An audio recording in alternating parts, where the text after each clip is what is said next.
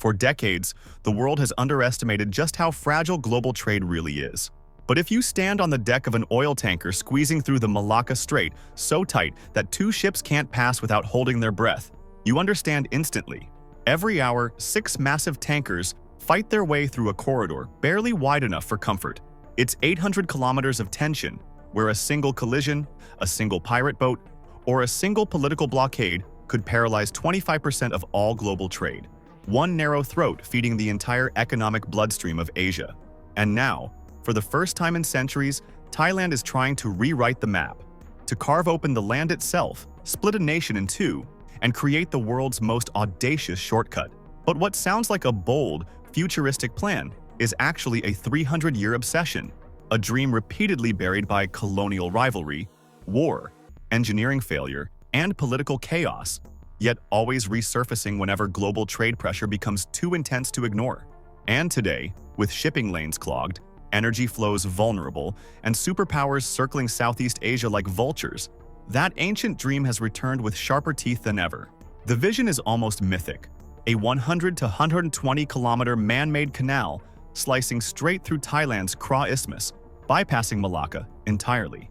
A new artery for the world's largest ships, a $28 billion gamble that could flip trade routes, shift political alliances, and challenge the dominance of Singapore itself.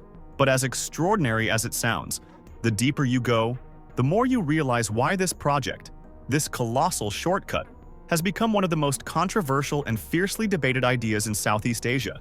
The story begins all the way back in 1677, when King Narai of Ayutthaya dreamed of a shortcut so powerful it could rival the Silk Road.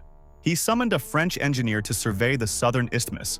The idea was simple: carve a channel from one sea to another and turn Thailand into a global crossroads. But 17th century tools were no match for granite mountains and suffocating jungle. The dream died under the weight of nature. In the 1800s, the French revived the plan, this time as a geopolitical weapon. A canal across Thailand would let France dominate Asia's maritime lifeline. But Britain smelled the threat instantly.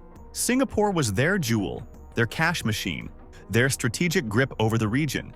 A new shortcut would siphon ships away from Singapore and towards Siam. And so Britain fought the idea with everything it had. The canal became a casualty of colonial rivalry. Fast forward to the early 20th century. Steamships replaced sail, global commerce grew hungrier, and the British surveyed the route again. They calculated the cost of blasting through mountains, clearing villages, and mastering unpredictable monsoons. The numbers were outrageous.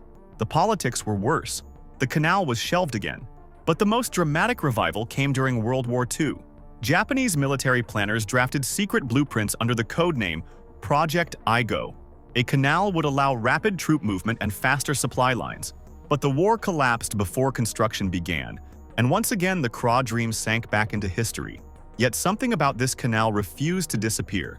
In every era of rising trade, every shift in global power, the proposal returned like a prophecy waiting for the right moment. And today, that moment feels closer than ever. Modern Thai engineers face a challenge unmatched by anything in Southeast Asia's past. The new blueprint demands a canal twice the length of Panama and comparable in scale to Suez. To accommodate the world's biggest container ships and supertankers, the canal must stretch 400 meters wide, 25 meters deep, and maintain a bottom width up to 180 meters. These aren't symbolic numbers. They're the minimum required for ships nearly 4 football fields long, carrying thousands of containers or hundreds of thousands of tons of oil. But the terrain is brutal. The Kra Isthmus sits on granite ridges, karst limestone, hidden caverns, floodplains, and mountain segments rising up to 75 meters. Engineers debate endlessly. Should they build a sea-level canal, simple for ships but requiring the removal of nearly 4 billion cubic meters of earth? Or should they install a lock system, safer and less earth-moving but slower, more expensive, and prone to delays? Every option is a nightmare wrapped in potential profit. The construction would be a logistical war, tunnel-boring machines chewing through mountains, giant dredgers deepening both coasts, thousands of workers carving through jungle and farmland, and all of it vulnerable to monsoons, landslides, and political instability. Even under perfect circumstances, the project would take at least a decade and cost up to $30 billion.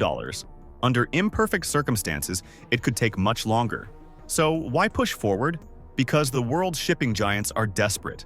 A fully loaded container ship navigating the Malacca Strait adds 200 kilometers to its journey. That's 2 to 3 days lost, plus thousands of tons of extra fuel. Every trip costs operators hundreds of thousands more than it should. And with 90,000 ships passing through Malacca each year, the math becomes overwhelming. If even 10,000 of those ships switch to a canal, savings soar into the billions. Insurance premiums drop. Piracy risks fall. Engines last longer. Trade accelerates. Panama and Suez prove the economics. Panama, just 80-kilometer long, brings in $3.5 billion a year. Suez, nearly 200 kilometers, brings in close to $9 billion. A canal sitting right between them, with similar traffic potential, could comfortably generate $5 billion annually. For Thailand, the idea of becoming Asia's new maritime heart is too enticing to ignore. Yet despite the potential goldmine, the obstacles are huge. That's why Thai planners have introduced a cheaper alternative, the land bridge. Instead of carving a canal, why not build 2 megaports, one on the Andaman Sea and one on the Gulf of Thailand, and connect them with a high-speed logistics corridor? Trains would carry containers across in hours. No digging through mountains. No risk of seawater imbalance. No environmental catastrophe from mixing ecosystems. And at half the cost, roughly 10–15 billion. The land bridge could be built in 5 to 7 years, far faster than a canal. Each port would handle over 10 million containers annually, rivaling some of the world's busiest hubs. Automated cranes, electrified double-track rail, deep-water docks. It's a logistics dream. But the land bridge has its own fatal flaw. It can't move oil tankers or bulk carriers. Containers? Yes. Energy shipments? No. And that means the Malacca Strait remains essential for the world's fuel supply. For shipping companies that move coal, ore, liquefied gas, or crude oil, the land bridge offers no escape. Meanwhile, the geopolitical storm is intensifying. Singapore, one of the world's greatest port cities, watches Bangkok's every whisper with dread. A canal or even a high-speed land bridge could siphon away cargo, money, and influence. Billions in revenue, thousands of jobs, and decades of dominance could vanish. Malaysia, too, fears the collapse of ports like Penang and Port Klang. But China sees opportunity. A canal would give China a strategic bypass around the so-called Malacca dilemma, the fear that the U.S. Navy could blockade China's oil routes in a conflict. A Thai canal, potentially financed by Chinese Belt and Road investments, would give Beijing a safer, faster, and less vulnerable route for both energy and commerce. That possibility alarms U.S. analysts, who warn that Chinese involvement could reshape military access and regional power balances. Even within Thailand, the debate turns fierce. Politicians fear losing sovereignty if foreign powers finance the canal. Environmentalists warn of irreversible damage to ecosystems, fisheries, coral reefs, and wildlife. Economists fear national debt if toll revenues fall short. And residents across southern Thailand worry about displacement, cultural disruption, and the social cost of splitting the country in two. After decades of studies, the situation remains stunningly uncertain. The canal promises transformation. The land bridge promises efficiency. But funding for either project still floats in limbo. Environmental reviews crawl forward. Political factions argue. Global powers circle like sharks waiting for an opening. The only certainty today is this: 25% of global trade still squeezes through a choke point barely 3 kilometers wide at its narrowest. Global shipping has never been more vulnerable, and Thailand sits at the crossroads of either solving that vulnerability or amplifying it.